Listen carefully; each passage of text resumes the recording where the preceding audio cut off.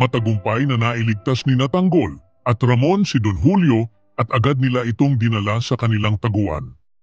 Pagdating doon, labis ang pasasalamat ni Don Julio sa kanilang dalawa at sa mga tumulong upang mailigtas siya.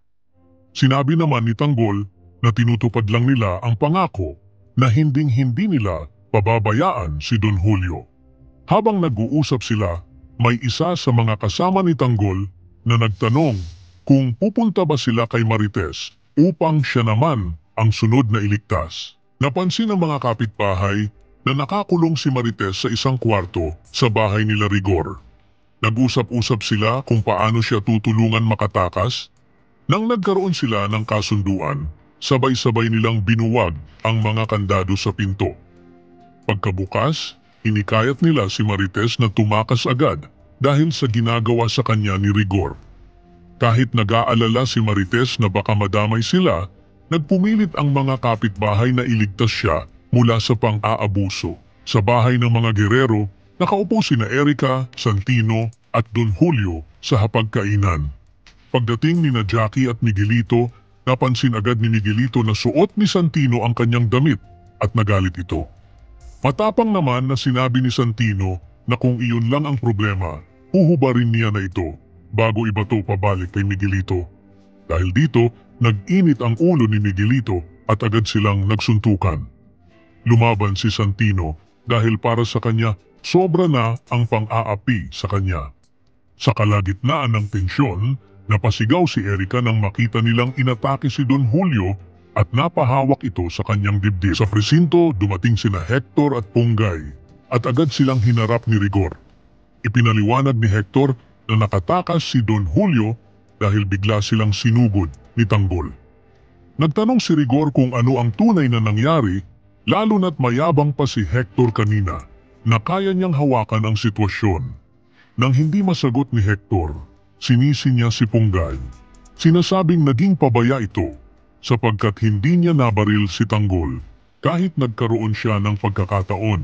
Tinanong ni Rigor si Ponggay kung totoo bang nagkaroon siya ng pagkakataon na barilin si Tanggol, ngunit hindi niya ito ginawa. Hindi man niya masabi ang paliwanag, tumango si Ponggay at agad naintindihan ni Rigor na totoo ang sinasabi ni Hector. Galit na galit si Rigor at sinabi niyang wala silang kwenta at hindi sila mapagkakatiwalaan dahil hindi nila nakayang tapusin si Tanggol. Pagkatapos mapagalitan, natahimik si Ponggay at nag-isip mag-isa. Naramdaman niyang kailangan niyang bumawi at itama ang pagkakamali.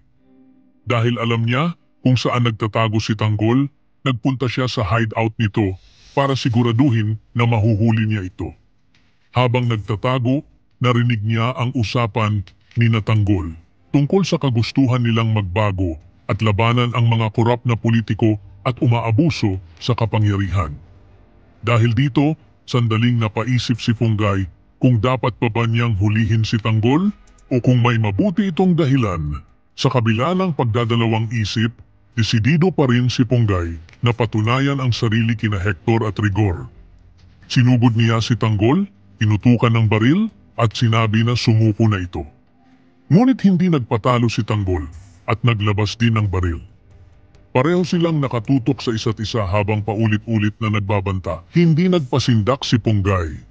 Buong determinasyon niyang sinabi na hindi niya ibababa ang kanyang baril kung hindi rin ibababa ni Tanggol at ng mga kasama nito ang kanila. Kung hindi, magkakaputukan sila roon mismo. Sa harap nito, napangiti na lamang si Ramon dahil alam niyang hindi na iintindihan ni Ponggay kung anong klaseng laban at kalaban ang hinaharap niya. Matapos mailigtas ni Tanggol at Ramon si Don Julio, agad nilang inisip ang susunod na hakbang, ang pagligtas kay Marites, na sinuportahan namang makatakas ng mga kapitbahay dahil sa pang-aabuso ni Rigor. Sa kabilang banda, nagkagulo sa bahay ng gerero nang magkasuntukan sina Santino at Miguelito at biglang inatake si Don Julio na nagdulot ng mas malaking tensyon. Sa presinto, sinisi ni Rigor at Hector si Ponggay dahil hindi niya nabaril si Tanggol kahit nagkaroon siya ng pagkakataon. Dahil dito, nagdesisyon si Ponggay na bumawi. Ngunit nang makarating siya sa hideout, Narinig niya ang layunin ni Tanggol na labanan ang mga korap, dahilan para magdalawang isip siya. Sa huli, pinili niyang sundin ang utos at hinarap si Tanggol na nauwi sa matinding tutukan ng baril. Habang nagtataas ang tensyon, napangiti si Ramon.